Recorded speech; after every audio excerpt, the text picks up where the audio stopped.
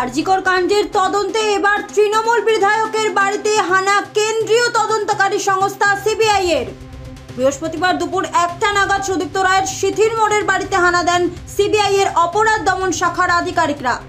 তবে সুদীপ্ত শুধুমাত্র শ্রীরামপুরের তৃণমূল বিধায়কই নন, তিনি আরজিকর হাসপাতালের রোগী কল্যাণ সমিতির চেয়ারম্যানও বটে।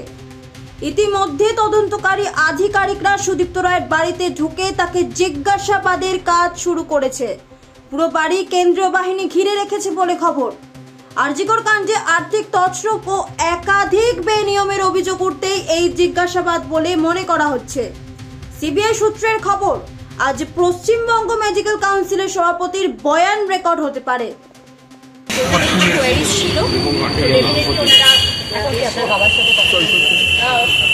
আমার বাবা আছে, বাবার সাথে কথা বলছি। আর আমরা তো সত্যিকারের দেখুন, আমাদের বাড়িতে 36 জন ডাক্তার আছে। আমাদের আমরা খুবই দুঃখিত যে এরকম একটা ঘটনা কিন্তু আপনাদের মনে রাখতে হবে, আমরা যেখানে যেখানে যাই কিন্তু আরেকটা জিনিস আমি বলতে চাই যে আমাদের মিডিয়া ট্রায়াল যাতে না হয়, যাতে কি তদন্ত স্বার্থে যারা যারা কোঅপারেট করতে চায় তাদের যদি কিছু বক্তব্য থাকে আমরা অবশ্যই জানবো। ভিজিলেন্সের ক্ষেত্রে অভিযোগ হয়েছিল, কিন্তু বেসিক্যালি যদি বিচ হান্টিং করা হয় তাহলে কিন্তু আমরা যেটা দেখতে পাচ্ছি একটা মিডিয়া ট্রায়াল হচ্ছে, একটা কোর্ট ট্রায়াল হচ্ছে।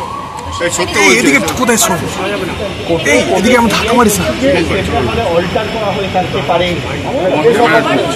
আমি ফরেন্সিকের মেডেলিস্ট, চাপ দিস না, চাই আমি পড়ে যাবো।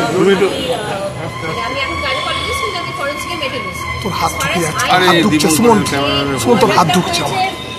মানে একটা ভাবুন, একটা রাস্তায় মার্ডার হলো বা একটা প্ল্যাটফর্ম, একটা রেলওয়ে স্টেশনে মার্ডার হলো, এখানে কিন্তু প্রমাণ লোপাট করাও খুব ডিফিকাল্ট। এই জন্য this is not US, this is not Canada, যেখানে লোক সংখ্যা খুব কম। এখানে একটা পাবলিক প্লেসে অনেক লোক থাকে, ঠিক আছে? সে গ্রুপ ডি স্টাফ থাকে, সে ডাক্তাররা থাকে, নার্সরা থাকে, কত লোকজন থাকে। সেখানে প্রমাণ লোপাট করা আমার মনে হয় না। প্রমাণ লোপাট যদি বাড়িতে একটা মার্ডার হয়, প্রমাণ লোপাট করা খুব ইজি ব্যাপার, কিন্তু একটা পাবলিক প্লেসে এরকম প্রমাণ লোপাট হয়ে যাবে, আর সেটা খুব মানে অস্বাভাবিক, ওটাও একটা অস্বাভাবিক ব্যাপার। নেতারা গেছিল, হয়তো বিপক্ষ আমি জানি না যে ওরা স্পটে গেছিল, কিন্তু তবে স্পটে গেছে বলে আমি শুনিনি। আপনার সঙ্গে পরবর্তী সময় আপনি যখন সাংবাদিকদের বিবৃতি দিচ্ছিলেন তখন পেছনেই তারা কিন্তু দাঁড়িয়েছিল। পিছনে দাঁড়াতে পারে, কিন্তু তার সঙ্গে অন দ্য স্পটে থাকার কোনো সম্পর্ক নেই। আর সন্দীপ ঘোষের সঙ্গে যখন আপনার কথা হয়েছিল, কারণ হসপিটাল কর্তৃপক্ষ গোটা বিষয়টাকে সুইসাইড বলার একটা চেষ্টা করেছিল বলে অভিযোগ উঠেছে, আপনাকে কি জানিয়েছিল মৃত্যুটার বিষয়টা নিয়ে? আমাকে আপনারাও জিজ্ঞেস করেছিলেন এবং আমি তখন বলেছিলাম আনন্যাচারাল ডেথ, এবং আমরা তার বেশি কিছু বলতে পারি না। তার কারণ হচ্ছে পোস্টমর্টম হওয়ার আগে কখনই বলা যায় না যে আনন্যাচারাল ডেথের কারণটা কি। আজকে আর কিছু সিবিআই তরফ থেকে মানে গোটা বিষয় সন্দীপ ঘোষ আপনাকে ফোন করে কি জানিয়েছিলেন, মানে জানতে চাইছি মানে যে কখন এবং কি? 10টার পরেই সম্ভবত আমি তখন বেরোচ্ছিলাম, যে সেদিকে আমাদের মেডিকেল কাউন্সিলের মিটিং ছিল। 12টা থেকে আমি বেরোবার জন্য প্রস্তুতি, 10টার পরেই হতে পারে, আমাকে জানিয়েছিল এবং আমি স্তম্ভিত হয়ে যাই। কারণ ওই হাসপাতালে আমার জন্ম, ওই হাসপাতালে আমি কাজ করেছি, আমার বাবা ওখানে পড়াতেন, এবং ওই হাসপাতাল সম্বন্ধে আমার একটা বিশেষ দুর্বলতা আছে। কারণ আমার একসময় আমি বেলগাছিয়ার এমএলএও ছিলাম, এবং ওটা বেলগাছিয়া কেন্দ্রের মধ্যেই পড়ে, এবং যার জন্য আমি স্তম্ভিত হয়ে যাই।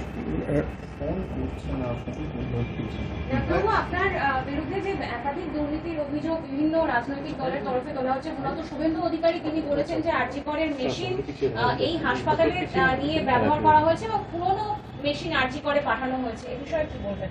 এটা কি সম্ভব? আপনি কি মনে করেন এটা সম্ভব যে পুরনো মেশিনগুলো আরজিকর নেবে কেন? আর আরজিকরের মেশিন নিয়ে আসবো কেন? কোনো ব্যাচ নম্বর থাকে, যদি কোনো সলিড প্রমাণ দেখাতে পারেন, যে কোনো আপনারা কেউ যদি দেখাতে পারেন যে কোনো মেশিন আমরা আরজিকর থেকে নিয়েছি। কারণ আমার ছোট্ট নার্সিংহোম, এবং অনেক কষ্ট করে 1984 সালে আমি তৈরি করেছি। তখন সেই সময় বামফ্রন্টের আমলে আমি তৈরি করেছি এবং তিল করে তৈরি করেছি। হাসপাতালের সন্দীপ ঘোষদের বিরুদ্ধে 2021 সাল থেকে একাধিক দুর্নীতির অভিযোগ উঠছে, এই বিষয়গুলো আপনাদের নজরে কখনো এসেছিল? আপনারা কোনো পদক্ষেপ করেছিলেন? দেখুন, ব্যাপারটা সিবিআই তদন্ত করছে, কলকাতা হাইকোর্টের তত্ত্বাবধানে, যে আমার মনে হয় না যে এই সম্বন্ধে কোনো মন্তব্য যে আমাদের তরফ থেকে করা উচিত। আপনাকে কি আবার যেতে বলা হয়েছে বা কিছু? যেতে বলার কোনো ব্যাপারই না। আজকে কিছু খবর নেওয়া ছিল, সেটা জানতে চেয়েছিল, ওরা জেনে চলে গেছে। লাস্ট একটা প্রশ্ন, যেটা হচ্ছে আপনি রোগী কল্যাণ সমিতির প্রধান ছিলেন আরজিকর হাসপাতালের ভেতরে রাত্রি 3টের সময় একজন সিভিক ভলেন্টিয়ার ঢুকে যাচ্ছে, যখন তখন ঢুকে যাচ্ছে, এই বিষয়গুলো কি আপনারা কখনো আপনাদের নজরে আসেন? আপনার নিশ্চয়ই জানা আছে আর কি।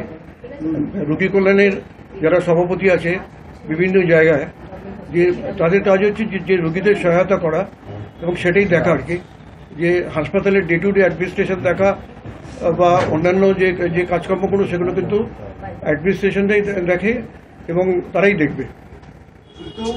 ঘটনার পর হাসপাতাল কর্তৃপক্ষের ভূমিকা নিয়ে বিভিন্নভাবে প্রশ্ন উঠতে শুরু করেছে। আপনার কি মনে হয় হাসপাতাল কর্তৃপক্ষ যথাযথ ভূমিকা পালন করেছিল, কোনো গাফিলতি ছিল না? এই সম্বন্ধে আমি কিছু বলবো না, কারণ ইতিমধ্যেই তদন্ত হচ্ছে এবং তদন্তের যে ফল সেটা যখন বেরোবে তখনই জানা যাবে। ডাক্তারবাবু, জুনিয়র ডাক্তাররা যে সমস্ত দাবি দেওয়া নিয়ে বারবার প্রশাসনকে মেইল করছেন, তাদের যে স্ট্যান্ড এখনো পর্যন্ত, সেটা নিয়ে কি? জুনিয়র ডাক্তারদের সম্বন্ধে আমি যেটা বলবো, যে জুনিয়র ডাক্তাররা যারা আন্দোলন করছে, আমরাও একসময় আন্দোলন করেছি। আমি 1971 সাল থেকে ডাক্তারি পাশ করার পর থেকে আরজিকরের সঙ্গে আমি যুক্ত, বিভিন্নভাবে যুক্ত, এবং 1964 সালের আরজিকরে ঢুকেছিলাম ছাত্র হিসেবে।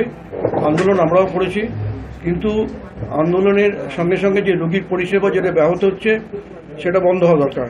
এবং আমি জুনিয়র ছাত্রদের বলবো যে রাজনৈতিক রঙের যখন ওরা দেখছে না, যে রাজনৈতিক রং না দেখে যে ওদের দাবি দেওয়াগুলো আমাদের মাননীয় মুখ্যমন্ত্রী বলেছেন যে বিবেচনা করবেন, তা সত্ত্বেও যে ওরা কিন্তু রাস্তায় বসে আছে, আমি তাদের কাছে অনুরোধ করব যে আপনারা কাজে ফিরে যান, আপনাদের আন্দোলন চালান, কিন্তু কাজে ফিরতে হবে, মানুষের সেবার সঙ্গে কম্প্রোমাইজ করলে চলবে না।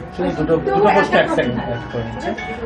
একটা অভিযোগ জমা পড়ছে এবং অভিযোগ করছে যারা সাপ্লাই কর্মী সাপ্লাই দেয়, তারা বলছেন যে আপনাদের নার্সিংহোমের সঙ্গে তাদের কোনো চুক্তি নেই, আরজিকরের সঙ্গে চুক্তি, আপনি প্রভাব খাটিয়ে জোর খাটিয়ে এমন 3 জনকে আপনারা এখানে নিয়োগ করেছেন। কোনো প্রশ্নই ওঠে না, কোনো প্রশ্নই ওঠে না। এটা যেটা করছে এটা রটনা হচ্ছে। মানে জোর আপনি এতজন কাজ করে, আপনারা দেখছেন তো এখানে এতজন কাজ করে, এবং এটা মানে মিথ্যে রটনা। আরো একটা অভিযোগ যেটা ওরা বলছিল যে পোস্ট শুধু নয়, এখন অভিযোগ আপনারা জমা পড়েছে হাসপাতালের নানা সরঞ্জাম সেটা আপনার নার্সিংহোমে নিয়ে আসা হয়। একটু আগে তো বললাম, আপনাকে একটু আগে বললাম, ওইভাবে নেওয়া সম্ভব না। কিন্তু একটা বিষয়, যে সন্দীপ ঘোষকে শোকজ করা হচ্ছিল, তার উত্তর এখনো পাননি, সেই জায়গা থেকে তার রেজিস্ট্রেশন ক্যান্সেলের বিষয় কি ওয়েস্ট বেঙ্গল মেডিকেল কাউন্সিল কিছু ভাবছে? সেটা ইতিমধ্যেই যে শোকজ করা হয়েছে, এবং আমাদের ওয়েস্ট বেঙ্গল মেডিকেল কাউন্সিলের যে এরপরে যখন মিটিং হবে সেই মিটিং থেকেই ডিসিশন হবে। আক্তার আলী, তিনি প্রাক্তন ডেপুটি সুপার, যে অভিযোগ করছেন, এ বিষয়ে কি বলবেন আপনি? আক্তার আলীর ব্যাপারে কিছু বলবো না, কারণ ওটা সিবিআই তদন্ত করছে, তদন্ত থেকে বেরিয়ে আসবে যে ও ঠিক বলছে কিনা। সেই ভিজিলেন্সের কাছে আপনার নামও দিয়েছিল, বলতে পারবো না। ঠিক আছে। আপনি কি আশিস পান্ডেকে ফোন করেছিলেন এবং ওই দিন যাওয়ার জন্য বলেছিলেন? ঘটনা যখন আমি শুনেছিলাম যে 10টার পরে, তখন আমি তো বললাম যে আমি স্তম্ভিত হয়ে যাই, এবং আশিস পান্ডে আমাদের ইউনিটের সভাপতি, ছাত্র প্রেসিডেন্ট, আমি ওকে জানতে চাইলাম যে তুই কোথায়? তখন আশিস পান্ডে বললো যে আমি শিয়ালদা স্টেশনে। তখন আমি ওকে বলি যে এটা শুনেছিস? বললো না, শুনিনি। আপনি কি ওকে যাওয়ার জন্য বলেছিলেন? তো যাবেই, তো সভাপতি যাবে, নিজের কলেজে যখন একটা ঘটনা ঘটেছে নিশ্চয়ই যাবে। কিন্তু বিরূপাক্ষ রবি, আমি আমার সঙ্গে কথা হয়নি। আশিসকে কি যাওয়ার জন্য ফোনে কথা বলার পর আপনি বলেছিলেন যেতে? সে তো স্বাভাবিক সেটা। আর আপনি ওই দিন তাহলে সন্দীপ বাবু ফোন করার পরেই আপনি প্রথম জানতে পেরেছিলেন? সন্দীপ ঘোষ ফোন করার পরেই